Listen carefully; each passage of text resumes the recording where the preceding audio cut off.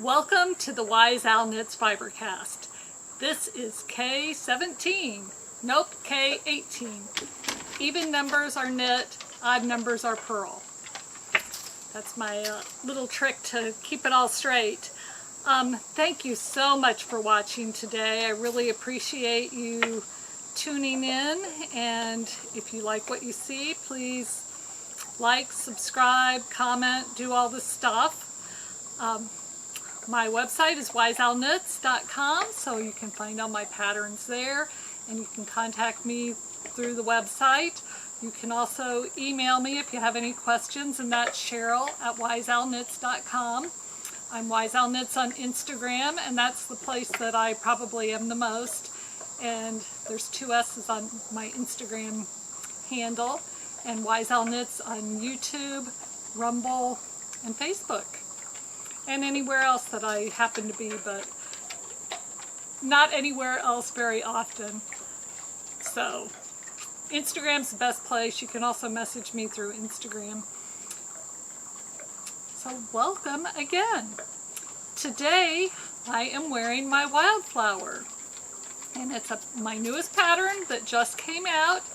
Testing is done. I've got lots of nice pictures from the testers, and because it's a new pattern release, I'm offering it at a 20% discount.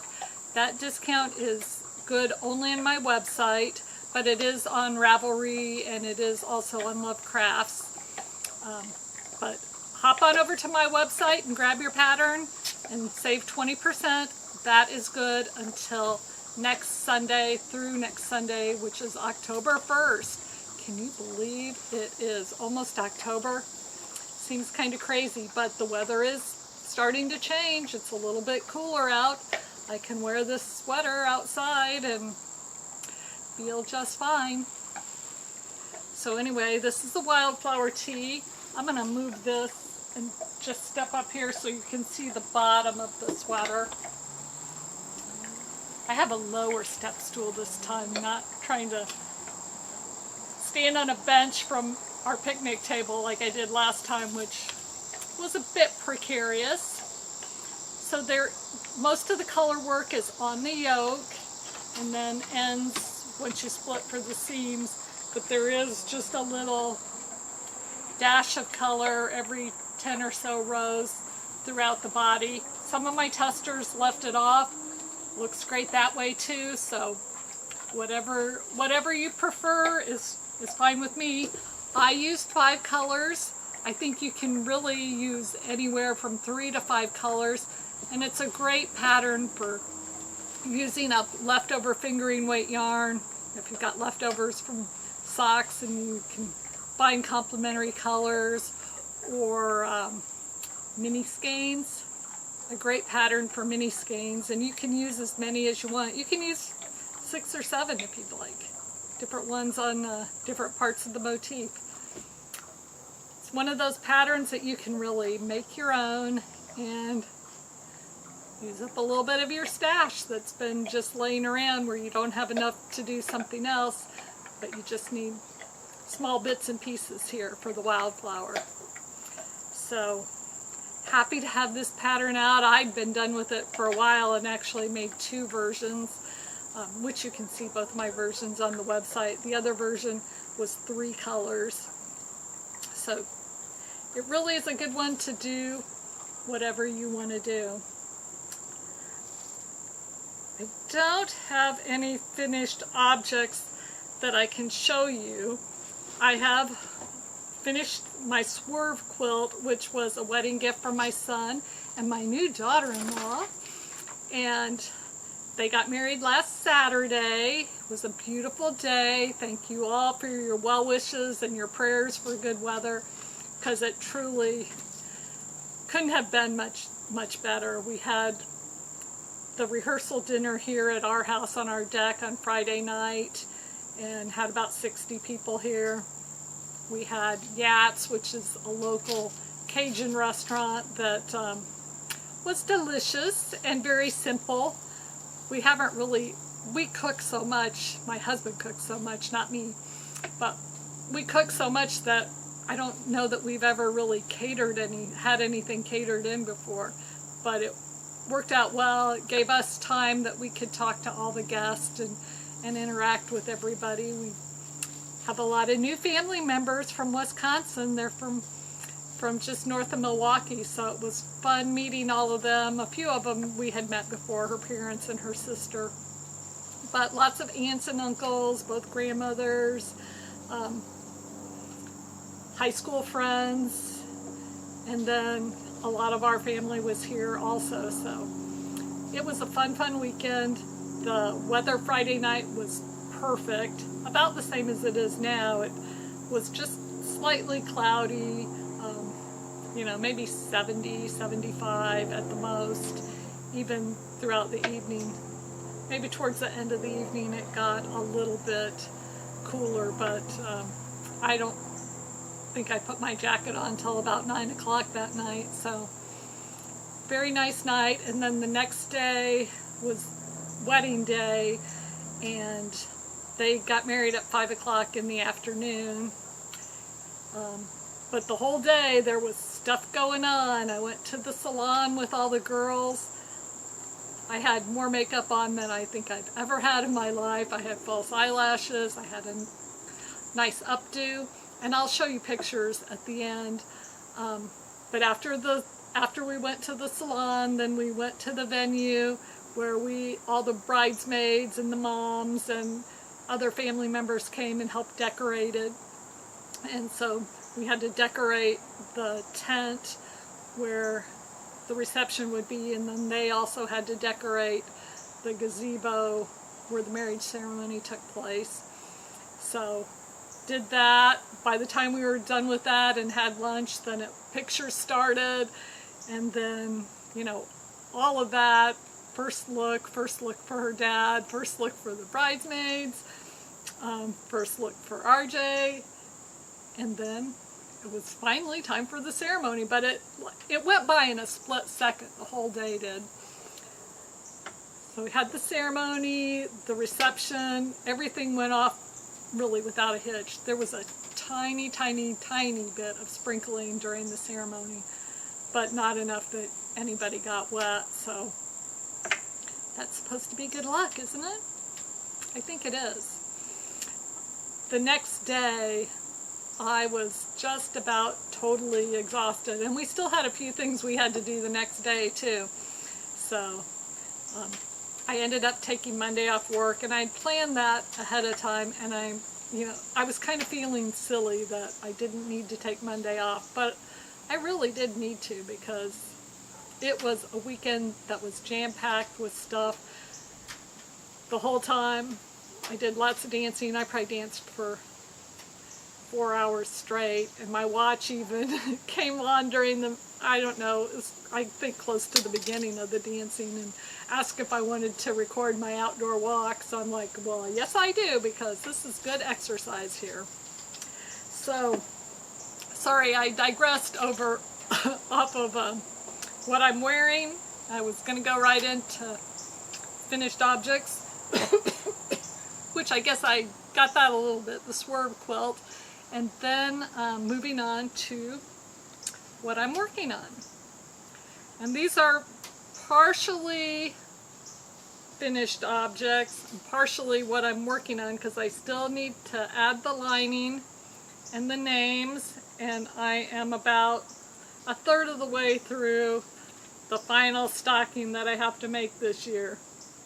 So those I plan on finishing this weekend. My husband is on a scout hike, and so I have some uninterrupted crafting time, watch whatever I want to watch time, not that he cares. These are the linings, and I've got a whole bunch of them. I cut out at once on my Accuquilt machine. I got a custom die just for the shape of the stockings, because I do so many of them, and I don't know that it will ever pay off, because I don't think I'm going to ever sell them, but it makes my life a lot easier, and it's really cool. I'll insert a picture of the machine here where I've cranked it through, and you can see the reverse of this on the machine. If you're a quilter and do lots of things over and over again, or tend to use a lot of the same sizes, it is a handy little deal to have. I used it on the Swerve Quilt, and I'm sure I'll use it on lots of other things coming up. Okay, now we'll move back to the sweater. I do not know what happened to the sweater. It is all done.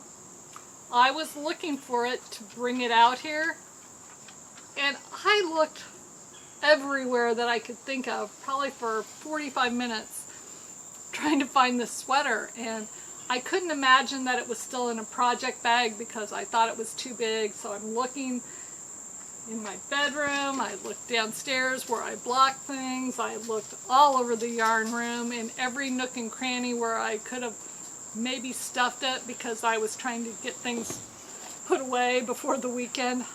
And finally it was folded up very neatly in the project bag that I used all along. So I was driving myself nuts for nothing, but that's my design in progress. So all of the knitting is done. I've got all the ends woven in, and there were a lot of ends. I've got all the ribbing done, and now I'm on to writing the pattern. Most of the charts are done, but I need to get everything graded and all the sizes completed. I have all the neckline graded, but I need to get it all graded for the body and when to split for sleeves and all of that, and get it down on paper. So hopefully I'll get most of that done this coming week. That's my plan anyway, and then I can get it off to the tech editor, and once I get it back from her, we can start testing on it. I may knit another version of it with just 2 colors rather than 4. I'm kind of pondering that, but I think I probably will do that. So this part of the design process is, it's not coming to an end yet, but I can see light at the end of the tunnel, and we're moving forward and have to decide which project comes next. I have several possibilities, and I just have to figure out what I want to do next. That's always the hardest part, because there are several, and in the design process I am much better off to work on one design at a time. I can have other little projects going on, like I can have some socks, or I can have these Christmas stockings, or I have a hat at work that I'm working on. Actually just finished up today, so that's a finished item. I'll stick in a picture of that too, and that was just a little small baby hat with an umbilical cord knot at the top.